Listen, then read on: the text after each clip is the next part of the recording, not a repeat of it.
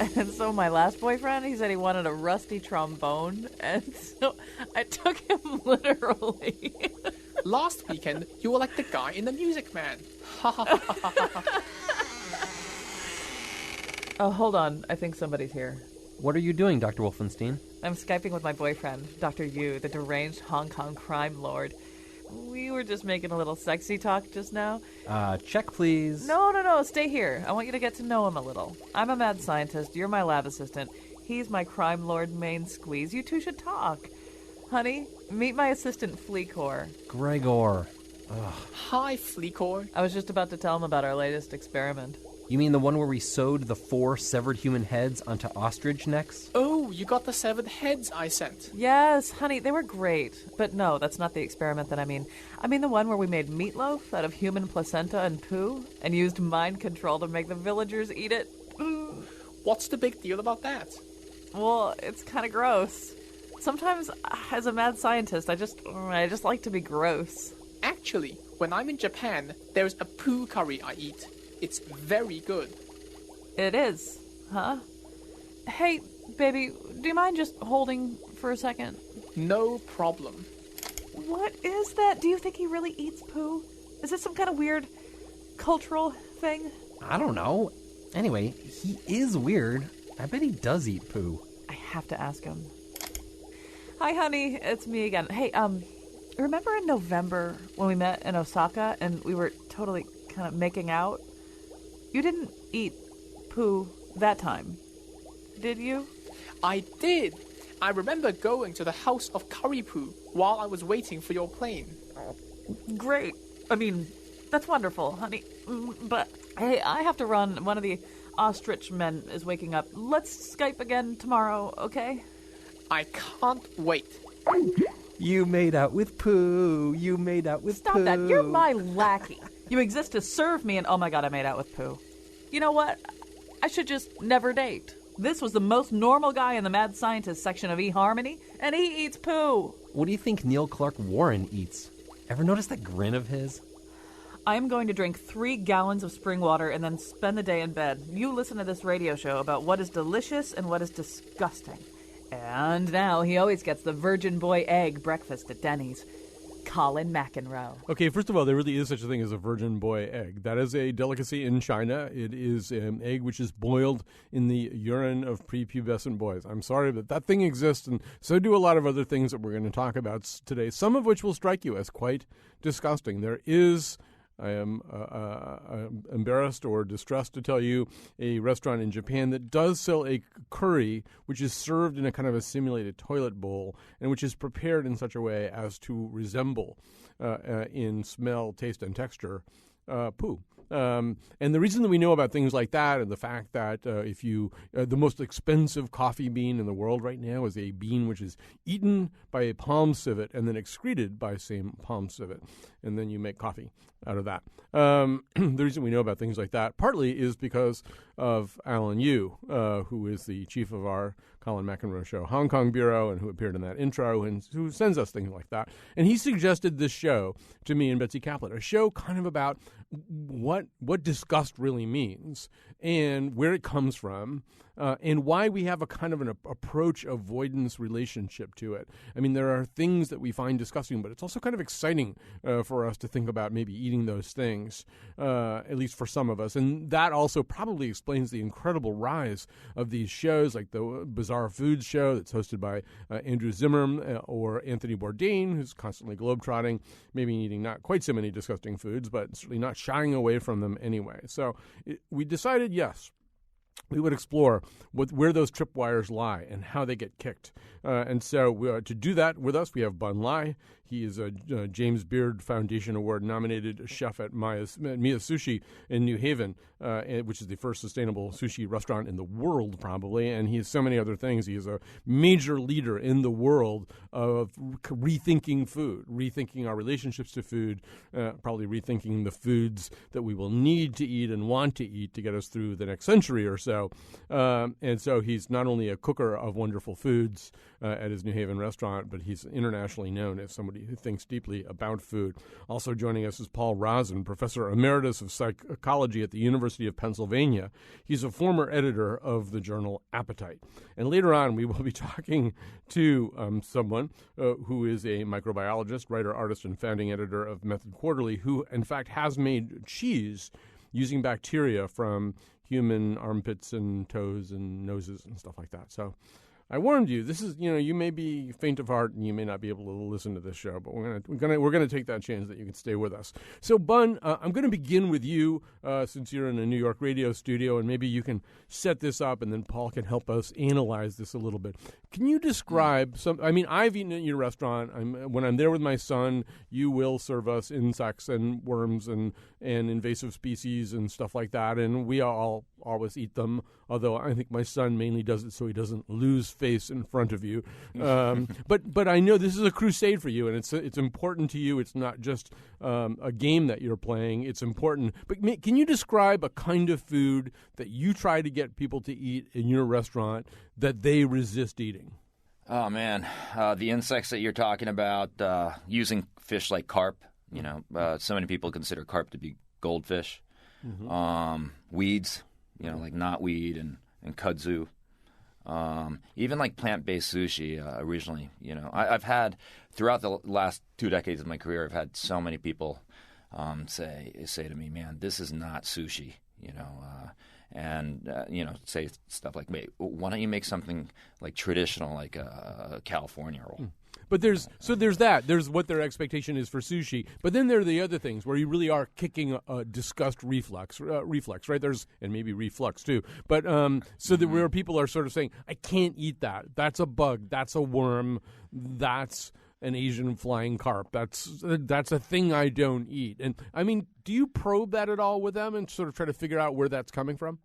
Yeah, I know as a fact that it's about exposure. It's a combination of exposure and knowledge leads to familiarity, and then eventually, for a lot of people, enjoyment. Most of us don't diverge from the way we grew up eating. Right. It's basically what it boils down to. But for a lot of people, if you expose them to something new, say like a black soldier fly, and you tell them that it tastes really nutty, or a cricket that it tastes a whole lot like a shrimp, and then you also tell them why it's important to eat it as well, like sustainability knowledge, it changes their mind. So I've seen a lot of people come and eat at Mia's where they would sit in the corner of the sushi bar and really look cynical and be cynical and even not be happy, and I'll go over and I'll talk to them about it and have them proselytize by the end of dinner. Although you've also seen people get up and walk out, right?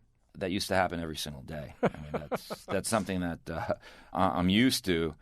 But I also know that a lot of these people just don't know any better.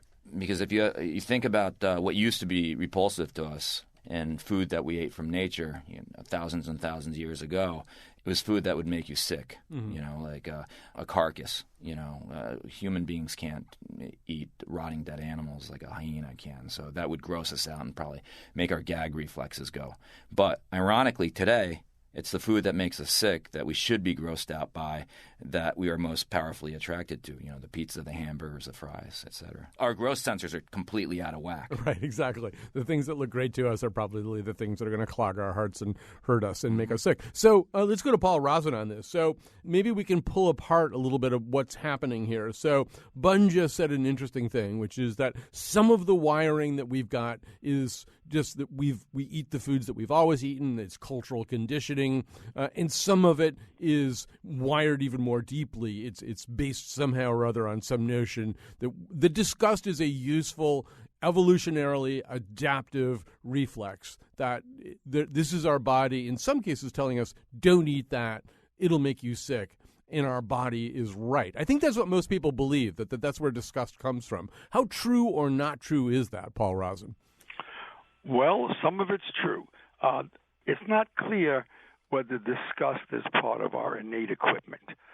Like, for example, the projection of bitter is inherent in humans. It's present in newborns. Disgust doesn't appear until about 4 or 5 years of age. That doesn't mean it's not innate, but it It may be a universal acquisition, or it may be part of our genome. It's unique to humans.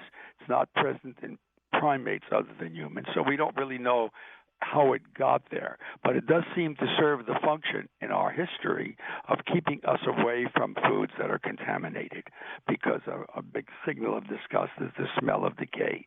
We tend to avoid that. So the point that Bun was making is that our world has changed so much that some of the things that worked for us more than 10,000 years ago, say before agriculture, don't work so well anymore. We love sweet taste, we love fat textures, and we reject, we find offensive almost everything that isn't in a very small category of animal products. We eat a wide range of plant foods, but if you think about Americans, for example, we eat 3 mammals, right? Mm-hmm. Lamb, pork, pig, and cow. And there are over 4,000 mammals. And we're only eating 3. The rest of them we find disgusting. And we also find non-muscle disgusting. So a pig or a cow eye, a cow, for most Americans, a cow kidney, are disgusting. So it's actually a very small number of animal foods that we actually eat and enjoy. And it's a larger number in China, but even there, most things are off limits. So where that so that may have been useful in some sense or other a long time ago, but now it's restricting the foods that we can eat. Now, insects, for example, are not decaying. They don't smell like decay. They're perfectly good food. I have personally eaten many kinds of insects. I've eaten at Noma, the great restaurant in Copenhagen. I've eaten a dish with green sauce and live ants walking around in it. Now, a lot of people rejected that, but I tried it. It was okay. I think it was great, but it was good. So one of the issues is that some of the best foods now that are sustainable, that are things that would make the world, the environment better, would be very nutritious, are off limits because most, at least Westerners, find them disgusting. And what Bun is about is trying to change that. So let's go back to Bun on this. And you mentioned a soldier fly. Okay, so there's a lot of people. I don't know if there's a lot of people. There's people who will eat a cricket, because it seems like you could fry it up; it'll be all crunchy, or cicada or something like that. And maybe some people would chew up a worm. I don't know. I mean, I have actually at your behest. But you get to fly. And Bun, I don't know. Do you find that people have? I mean, fly is like a whole separate problem. So when you're trying to get somebody to believe that a soldier fly tastes nutty, I think you said, what do you feel pushing back at you from the potential diner? Yeah, it's everything that we feel like. We have an emotional response to eating insects in Western European and influenced culture, and people are disgusted by the idea of eating flies because you think of flies as house flies, which also carry disease. Mm-hmm. But it's also a misunderstanding, so it's a knowledge thing as well. So it's an exposure thing, and it's a knowledge thing. Because after people do try it, they think across the board people like it. Right. So educate us a little bit more about the soldier fly. So, yeah, I think most people are sort of thinking about flies. They carry disease. So why is the soldier fly okay to eat? Because black soldier flies do not carry disease. They're generally are not eating carrion. They're eating. We raise them ourselves using plant-based compost. They do taste really, really good. You don't have to bend your mind in order to enjoy the flavor because it's not like an exotic experience once you put it in your mouth. And also. The information behind it is it's highly nutritious. It's healthier for you to eat than beef for sure, and much better for the environment as well. So, Paul Rosin, one of the reasons that maybe initially somebody coming to Mia might be scared to eat a fly. We should say, by the way, you can eat all kinds of very unthreatening, unfrightening, unchallenging things at Mia. They have a wide-ranging menu, and you can eat all vegetarian if you want. You can eat all kinds of stuff, and it's all delicious. Or you can take an adventure with Bun, the way we're doing this right now. But anyway, when people are here that Bun has soldier flies to serve them, this isn't this is a different kind of disgust, I think, because it's not that the fly itself is disgusting so much as that the fly strikes us as something we're not in control of, that the fly has landed on poop, the fly has landed on a dead possum, and now we're going to eat the fly. And I don't know where in if there's a kind of thinking that represents, Paul. There is you can tell people, I'm sure Boone does, that this fly was raised in such and such a way, but that's helpful. But people sort of deeply think that flies are offensive no matter how you prepare them. So, for example, we've done a study where we take a cockroach, dead cockroach, we dip it into a glass of juice, take it out immediately. There's no cockroach left, it doesn't lose a leg or anything. Mm-hmm. And we say, will you drink that? And people say no, of course, reliably, these Americans. And then we say, why not? And the typical answer is, well, cockroaches are disease vectors. We don't know where they've been, just what you said. So we say, okay, we'll repeat that with some new juice, but a sterilized cockroach. This comes out of an autoclave. It's safer than your fork. Mm-hmm. And we drop it in, take it out, and they still refuse it. That doesn't make any difference at all. There's something inherent about cockroaches. Now, to follow up on what Bun was saying, the cockroach is the most disgusting of the common insects, and that's partly because we have a sense that it's filthy. But go to the other extreme, there's butterflies. We love butterflies. They're not disgusting, but they are disgusting to eat. Uh-huh. Nobody wants to eat a butterfly either. So it's not just that the animal is disgusting, is that in that case you're killing an animal that you sort of think is beautiful. Bun, did I hear you chuckling during the cockroach experiment description? Yeah. No, So, I definitely was. What were you chuckling about? I don't know. I was just having a gut reaction myself. Yeah. to the whole cockroach thing, because I'd feel the same way too. And when you were listing off earlier, on the show, all these different things that people eat around the world, mm-hmm. I was thoroughly disgusted as well. So. Wait a minute. Let me just say about this that the black soldier fly, which Bun is cooking, and by the way, Bun, I'd love to get some information about your place and visit it. Yeah, I can't wait. The black soldier fly is of particular interest because it is, first of all, they have a very short breeding cycle, so they're easy mm-hmm. to get. You eat the larva, okay, mm-hmm. not the fly, and you can get them quickly. The other thing about black soldier flies, which is a plus and a minus, is you can feed them on food waste. In other words, for many insects, you have to raise them on flour or something that we could actually eat. The nice thing about black soldier flies is you can raise them on things that we don't eat, including including body waste, but also just food waste. So they're very good for the environment because they're taking things that would just be spoiled and making them into good food for us. So I've never eaten a black soldier fly. I've eaten a lot of other things, and I'm really excited that Bun is able to get people to eat it. Now, in our work, it seems that the best way to get people to eat insects is not to put an insect in front of them, but to use insect flour, which is made in a number of places in the world. It's used in the insect bars that you can buy now, insect snack bars. You grind up the insects. You say you cook it. You dry them. You grind them up into powder. It tastes a little nutty, but not very strong. And you put it in instead of flour, maybe 10% insect instead of flour. People won't taste a major difference. And if you can get them to eat that gets them on the road to thinking that it's okay to eat insects. I want to go back to something here. Wait a minute. Like, I ate worms for you, but you wouldn't you wouldn't drink Paul's cockroach margarita? You, Bun Lai? I definitely would, but I was kind of chuckling because of my gut reaction to that, the whole image. And Paul was completely right. I know that cockroach is clean, but because it's a cockroach. It's a cockroach, all right. But also, without powderizing, like, say, a cricket or insects, I've had experiences where I've worked with kids many, many times over where, kids aren't reluctant to eat something, and then one kid will try it, and then the rest of them will follow suit, just like dominoes. So how your peers feel about it has a lot to do with it. Oh, yeah, absolutely. As well. Let's And, so that gets to culture. We've got a call from Arthur in Middletown who wants to bring up something that probably won't make Bun all that happy. But as an example, maybe of like your peers are a culture at some point, and a culture is your peers. Here's Arthur. Hi, you're on the air. Hey, what's going on, guys? Well, you know.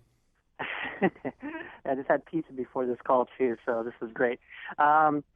So, yeah, there's actually, it's funny how we were talking about this. Some of my peers had actually tried to have me eat this Filipino delicacy. It's called balut. And I don't know if you guys know what that is, but balut is an unborn duck fetus. And they were about to have me try this when I was in the Philippines a while back, and I just turned vegetarian, and when I found out about it, I was like, no, thank you. So you're talking about, I mean, I even think that, like, having bacon on, like, cupcakes was kind of weird and kind of gross, but balut, to me, just, disgusting. So I've seen pictures of this, and Bun, just back to kind of your point though. So there's some maybe rational basis for this, but there's a lot of irrational basis for it too. It's an egg. The thing that's inside the egg got a little bit older. People who wouldn't hesitate to eat a duck egg, well, it got a little bit older. Suddenly, we're not going to eat it. It's beyond that though. It's like nothing we were exposed to in this culture. I had the balut experience myself. I bought about 20 years ago. I bought a few balut. I sat around a table for lunch at Mia's. Me and two of my pals. They were afraid of peeling it because they thought like some duck would pop out. So I was like, "Man, you guys are being silly." And I slowly peeled it, and the tip of the egg came off, and a little pinky-sized duck head, fully formed duck head, popped out. And I just freaked, and I jumped on my friend, and he ran down the hallway. And it was literally one of the most revolting experiences I've ever had in my life. Now, do I think it's wrong to be balut? No, I don't really think so at all. But I don't know if you can get me to eat that again. I didn't eat it. I had to turn my head when I brought it to the garbage, so I couldn't see it, and just kind of brush it into, roll it into the garbage. All right, so you go ahead, Paul. Yeah. So one of the issues is almost everything that's disgusting is of animal or animal origin. And the more obvious it's of animal origin, as in the example of the duck head, the more reluctant we are. So Americans don't tend to eat meat that is obviously, especially mammal meat, that is obviously part of an animal. We eat a cut, like a pork chop, right? In Europe, for example, you're more likely to see in the market an animal like a full animal carcass, or say a rabbit with the fur on in a butcher. We go out of our way in this country to establish a distance between the animal stuff you're eating and the actual source of the animal. And if people are reminded of it in the extreme, like the duck head, even meat eaters are reluctant. They don't want to look at slaughterhouses. They're not thinking cow killing when they eat a piece of meat, of beef, though vegetarians are. And it's in the back of the mind of everyone, but it's far enough in the back that we're not thinking of killing animals when we're eating meat. And now insects are different because we don't mind killing insects except for butterflies. I mean, we swat flies, we do all of that. So it's not the killing there, it's the idea of what they are.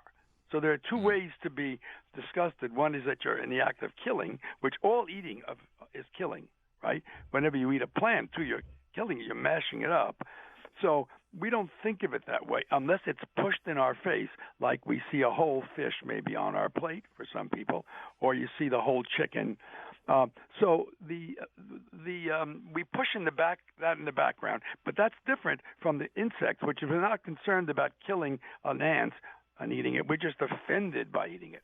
And there is a place that Bun knows called the Nordic Food Lab in Copenhagen, which I work with, which has been working on what Bun is doing, which is making insects delicious, whole insects. That is, instead of working with insect flour, they're making, they have bee larvae, ceviche, and all sorts of things like that. And I go there once a year, and they always present me with their latest invention. So they're taking the approach that Bun has. Let's make insects delicious. And the other approach is let's sneak it in through the flour. both of them could work. All right, we're going to take a break. In our third and final segment, we're going to go into our second segment, and we're going to add Christina. In our third and final segment, though, I want to come back to what you're saying, because I think there's a third element to this, and it's there in the Philippine baby duck story, which is the notion of the other kind of person, that there are people who are not like us, and they eat other stuff, and that freaks us out at some other subliminal, or maybe not so subliminal level. But let's do that towards the end of the show. Take a break, come back, talk to Christina about, well, sort of human cheese.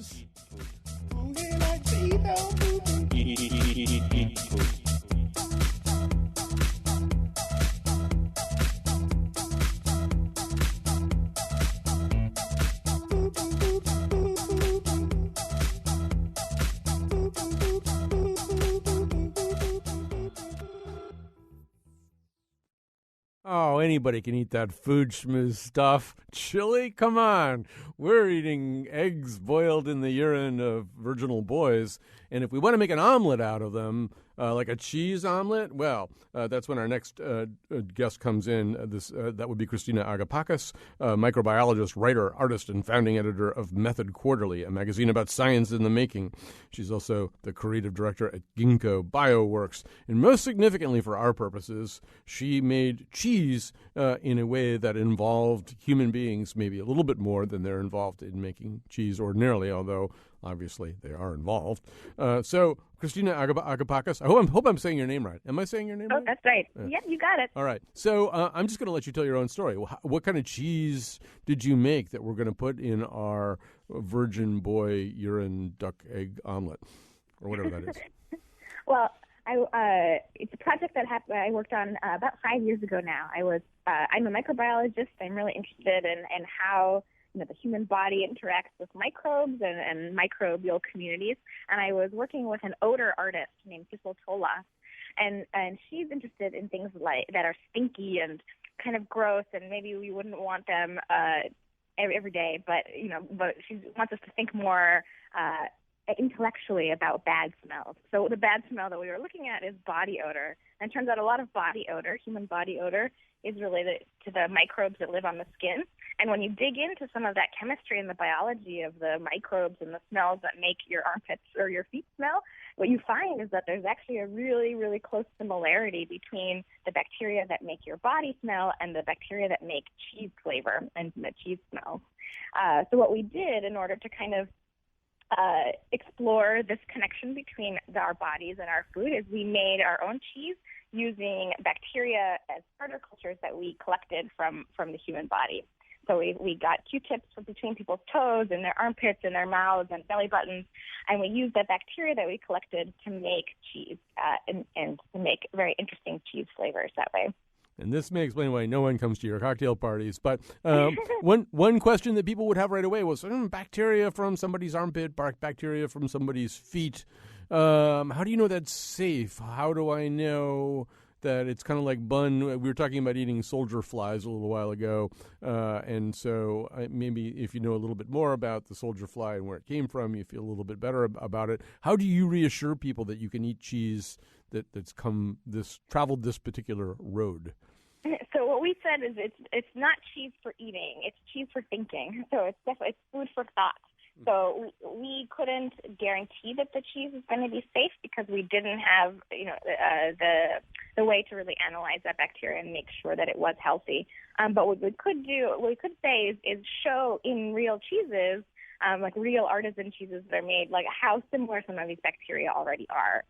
So when you look deeply at the cheese and the microbes that live in its rind, you do often find bacteria that are really close cousins to the bacteria on the skin. So yes, we definitely had a don't try this at home kind of policy, and I only tasted a little bit, and I didn't get sick, but we couldn't guarantee that it would be safe. So. All right, but you did eat some of the cheese. I did try. You have to when you're making.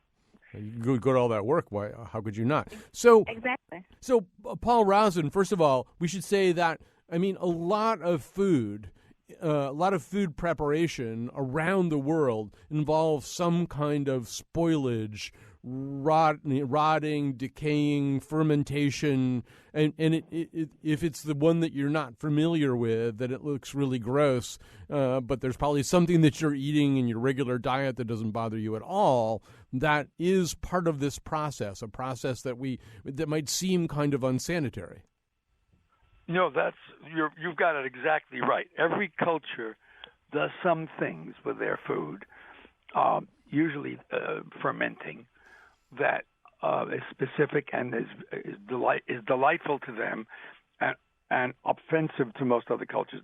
In the Western cultures, Western Europe, United States, Canada, a few other places, cheese is a good example. It's rotted milk. Very commonly in Southeast Asia, the fish sauce, which is put on as a basic flavoring, like soy sauce, is rotted fish, and so on. So yes, we can get used to and love things that are disgusting, which is, I think, something you said at the beginning of the story. Now, the people who appreciate this aren't thinking it's disgusting, of course. Right. But it is possible to actually like something because it is disgusting. So, for example, if you eat an insect, if you force yourself to eat an insect, say at a restaurant, you will brag about it to your friends. Yes, that's what I ate. Right, and you're saying I'm a very sophisticated person who can really overcome my bodily rejection, my disgust, and that's one way people get to do things like what Christine is talking about. And Bun says somebody else does it, especially someone you admire, and you figure, gee, I should do that too. So, Christina, I'm going to ask Bun about this too, but Christina, was part of your goal to do kind of what Paul's talking about, that sort of if you start thinking about something differently, if you get used to it in a different way, if it has a different brain feel for you, maybe you really do change your attitude about something. Did you have some underlying hope of changing attitudes? Yeah, absolutely. I think, we're starting to think of our bodies and the microbes that live in our bodies as an important part of our health. And I think more and more people, especially Americans now, maybe that used to think that fermentation was disgusting, are now seeing probiotics and fermented foods as a normal part of their diet, and in fact a really healthy part of their diet. But there seems like there was kind of a disconnect between those two things. So if people were willing to bring more bacteria into their lives, but we're still kind of grossed out by the bacteria that were on their skin, the bacteria that are their own part of their body. So what we found was when people just heard about the cheese, like if I just told the story, everyone would be like really grossed out and just saying, oh, no, I would never want to eat that. That's the worst thing I can imagine. But then if you actually showed them the cheese that we had made, they got to smell it. They realized that the cheese just smells and looks like a regular cheese, and they were able to make a new connection and think about it differently. And all of a sudden, they weren't as grossed out. They were more curious. They were asking questions about how those flavors are being made, how cheese making works with different kinds of microbes, and getting into all those really interesting details and getting more interested in the stinkiness of cheeses around the world. All right, so, and I want to get to Jim in Springfield in just a second here, but before that, so Bun, this is something that you kind of do with people at your restaurant, right? Don't you sort of offer tiny free samples of things that people kind of are wrinkling their noses at and kind of letting them acculturate to it? Yeah, I've been doing that, since the beginning of my career, and these days I just incorporate it into our set menus or multi-ingredient platters. And then people tend to be open to it. But it's not like a complete uphill battle at the same time, too. I mean, when I had that cicada dinner, at my farm, we had hundreds of people show up, to eat an insect. And not only that, the culture of food has been transforming, since as long as we've been eating, and quickly so. Not too long ago, in the turn of the last century, bars couldn't give away enough, beluga caviar from the Hudson, and people didn't want to eat lobsters. Prisoners were complaining about eating lobster. So, I got news for you. My parents' generation did not eat sushi, and the idea of it would have really bothered them. Raw fish. Why would you eat raw fish? So yeah, it's what you get used to in addition to what you are used to. Let me grab a quick call from Jim in Springfield. Hi, Jim. Hi, Colin. How you doing? Good. Good. I wanted to make a couple comments to tie in different ways to what you're speaking about. The notion of the other I thought that you made was interesting, and something that I learned in my anthropology class more than 30 years ago is the way in which even body excretions from the human body, pretty much everybody is grossed out by one or the other of them, and pretty much they're all universally reviled, from earwax to mucus to urine and everything else, except for tears. And the other thing that I wanted to say was the way in which humans drink the milk of another mammal. We have no problem with drinking cow's milk or the milk of a goat, and I believe that in certain other cultures it's frowned upon, or it's disgusting to drink the milk of another animal. Yet humans drink breast milk as very young people, but then some people are disgusted at the sight of a woman breastfeeding her own child. Right. And nobody would think it's appropriate to drink, for an adult to then drink breast milk. I'm going to ask both Paul and Christina a little bit about that, because in a way, Christina, he's talking about the taboo that you're exploring, which is that there's I might be pretty comfortable eating a bug, an insect at Bun's place. I would eat almost anything that Bun. I have eaten everything that Bun has ever served me that came from other animals. I might get a little more squeamish if it came from a person. This idea of bacteria coming from somebody's belly button or armpit or something. I don't know. I'm having a little problem right now, and I assume that's there in the work you're doing, right? It's like we freak ourselves out more than maybe some other things freak us out. Yeah, I think we want to kind of challenge that idea of disgust, that why and ask why we are disgusted about it. I think it's also really easy for us to tell kind of just those stories about things that we find universally disgusting, but I don't think there is actually anything that is universally disgusting. There are other kinds of fermented foods that are made by chewing and spitting out the corn and then making that into a drink. So there are already across many different cultures fermented foods that incorporate bodily secretions as part of the recipe, and those are totally normal in other parts of the country of the world. So I think that it's easy for us to say this is universally disgusting and therefore somehow part of our humanness and evolutionarily adaptive. But I think when you dig in deeper and try to really think about looking deeper at different things that people are eating around the world and thinking more deeply about what it is that is disgusting about it, and why is bacteria from your toes gross but bacteria in cheese not gross. So challenging ourselves to kind of think more deeply about why we feel disgusted. That is exactly what we were trying to do here today, so thank you so much. That was beautifully put. So, Paul Rosin, I'm assuming that you agree with Jim, the caller from Springfield, that tears are just about the only thing that could come out of the body that really seems pure and nice and don't bother anybody. And as he pointed out, we do drink milk from the body, but we also drink it from other animals. Yeah, Jim has a lot of insight into disgust. A number of anthropologists have pointed out that tears are special. We don't quite know why. But generally, bodily products, particularly of humans, are disgusting. So I think I would disagree with Christina only in the sense that it's probably true that mammal and including human feces are universally disgusting. There may be some weird exceptions to it, but it's very special. Now, for example, she's right in general. One very clear example of this is lovers, romantic lovers, exchange body fluids. They exchange saliva, right, when they kiss, and they may exchange vaginal secretions and semen. I mean, so those are things that are generally considered disgusting from other people. But there's a special other person from whom they become attractive very often. And not for everybody. And so it is true that almost anything can become acceptable under the right conditions. And nobody has done a study really of how a normally disgusting thing becomes a positive thing, not just tolerable for people who are in a romantic relation. So that's a very striking inversion. But I should say, by the way, that little kids don't find anything disgusting, including feces. Right. Well, like 2-year-olds will eat feces. little. Yeah. Yes, and they also will eat all kinds of insects. So disgust is acquired. It's learned. Yeah. All right. And so therefore, it's more malleable.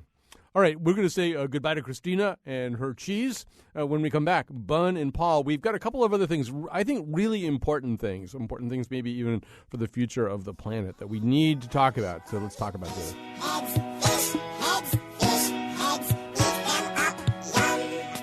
In the morning, laughing happy fish heads. In the evening, floating in the soup.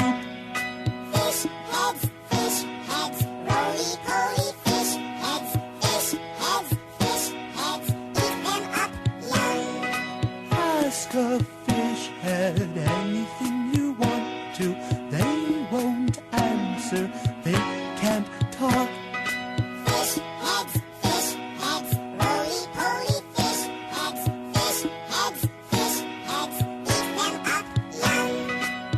I took a fish head out to see a movie.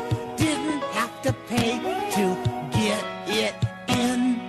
Fish heads, roly-poly fish heads, eat them up young. They can't play baseball, they don't wear sweaters, they're not good dancers. They don't play drums. Fish heads, roly-poly fish heads, eat them up young.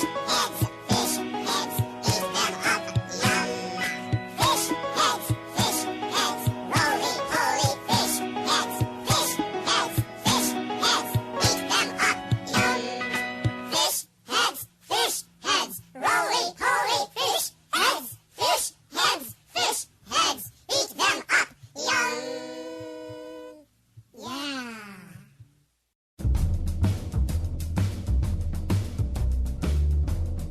You know what part of human armpit bacteria cheese disgusts me? The cheese part. Although the milky curds of Mariska Hargitay armpit mozzarella would be... I can't talk about it. Is it hot in here? Today's show was produced by Betsy Kaplan and me, Kyone Wolf. Sarah Flaherty and Stephanie Reef are our interns. Greg Hill tweets for us at WNPR Colin and appeared in our intro along with Hong Kong voice actor Alan Yu. The part of Bill Curry was played by Anthony Bourdain. For show pages, articles, and videos of the Here and Now staff eating embryonic baby ducks, go to our website, wnpr.org/Colin. And now, back to Colin. Once again, thanks to Alan Yu. This was his idea. Of course, Betsy Kaplan, of course, made it come alive for us. Bun Lai is, of course, the chef at Mia Sushi in New Haven, and he's an international leader in the kind of rethinking of food. Paul Rozin is also with us, professor emeritus of psychology at the University of Pennsylvania. He is a former editor of the journal Appetite. So we've been talking about sort of what's disgusting, what's not disgusting. And so one thing that's been happening is that we've been exposed. I mean, the world got smaller, right? The world got smaller because of digital life, because of travel, because of a lot of things. And suddenly we see these TV shows involving Anthony Bourdain or this guy here, Andrew Zimmern. In the Moroccan city of Fez, a meal made with spoiled camel meat and rancid goat butter is a family favorite. My friends at the U.S. Embassy asked their major domo, Mr. Radati, to take me to the market. This is smen. It's cultured, turned butter made from the milk of goats. Smells like a dead animal. And we are getting a tweet from Randall. In China, I tried hot donkey sandwich, pigeon eggs, chicken claws, and pig stomach. So, there's a kind of delight, Paul Rozin, in the voice of Andrew as he's talking about these things. And it gets back to something that you were saying, that there is an approach avoidance dualism about all this, that the things that disgust us also excite us. What if I or somebody vicariously ate that thing? So what's that all about? Well, that's a special case of a very general human tendency, which we have called benign masochism. That is, it's coming to enjoy things that your body says you shouldn't enjoy. The best easy example is a roller coaster, right? Your body is saying is all aroused. Your body, at some level, thinks you're crashing to your death, and you know that you're not, right? You know you're safe. And there's some enjoyment you get out of being smarter than your body. So eating something disgusting that you will know is really not harmful and may have some really good properties has some of the same quality. It's also why do we go to sad movies? We do all sorts of things. We eat bitter foods that are innately negative and like them. So what's going on here is that this is uniquely human, as far as I know.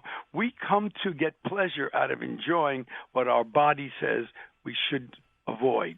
Right, there's a tremendous amount of material out there, even including a whole separate cookbook about how to prepare and consume human placenta. And there are all kinds of great cosmic mother, earth mother ideas about this. But there's also a kind of thrill-seeking, the kind of thrill-seeking that you're talking about right now. It's a thrill-seeking. This is as close to legitimate cannibalism as I can possibly do. I'm going to do this thing that seems absolutely forbidden. But, before we run out of time, Bun, there's something we've been alluding to here, but it's important to say it out loud, which is some of this stuff we've got to get over just as a matter of survival. In terms of what the food resources are going to be in an expanding population, a planet that's going through climate change. I mean, it's possible to take sewage water and purify it enough to drink. We may have to get over some of the thinking that we have about it or the way that we're wired about it. Bun, and I'm assuming that's part of what your mission is. Yeah, and I think of it in the context of what we're talking about, which is like being grossed out and repulsed. Mm-hmm. So I think it's like one of these things where, like, and it was pointing back to what Paul was talking about and being all right about eating a steak but not eating the cow, and that we have this moral repulsion to killing mammals because we love mammals. Like, we love our dogs and cats. They're family members and best friends to us. So our ethics and our values, a value for life, is not in line with our taste preferences. And I kind of feel like we should actually go with this repulsion of animals because now we look at all the data. The World Health Organization classified red meat and processed food recently as a class 1 carcinogen, right along with cigarettes. We also know that the consumption of red meat has a bigger impact on climate change than the whole transportation sector. Mm-hmm. Right, we got to rethink this whole thing. And Paul Rosin, similarly, there are going to be water shortages. There already are water shortages. So toilet to tap is maybe not a terrible idea until you tell people that you might want to do it. Well, I've actually worked on toilet to tap. That is why people have a disgust response to recycled water. That is water that is directly processed from sewage into drinkable, very drinkable, very good water. And again, what's happening, as what will happen, unfortunately, in the long run with insects and the problems with eating meat, is that things get so bad that somebody has to do something. So in the American Southwest, the water shortage is so bad that people's resistance to recycled water is dropping because, they're going to have to make too many sacrifices to avoid it. And this is what we're heading toward in the world climate crisis. So cutting and the anticipation of that, as Bun says, cutting down on meat intake will be certainly good for the environment, and for most people think, not all, good for health too. So, but when the climate thing gets really bad, we have to do something. And the idea is to try to do those things before it's a catastrophe, to anticipate a catastrophe rather than to wait for it to happen. Great point to end on. Thanks so much to Bun Lai and Paul Rosin. I'll quickly say, too, I wish we had more time for this, but, President Obama in one of his memoirs talked about being a boy in Indonesia and trying dog, and he's occasionally taunted about that by Republican opponents. But the point he's making is, I was there, I was a boy, I tried to learn about how they live. And there's that whole other part of the other, the capital O other, that we don't like these people and they eat things that we would never eat. And in some ways, it doesn't mean you're going to go home and eat your Portuguese water dog. It just means, yeah, you're going to try what they eat as a way to get to know them. There's sort of a world peace element in there somewhere. Thanks. Bon appetit.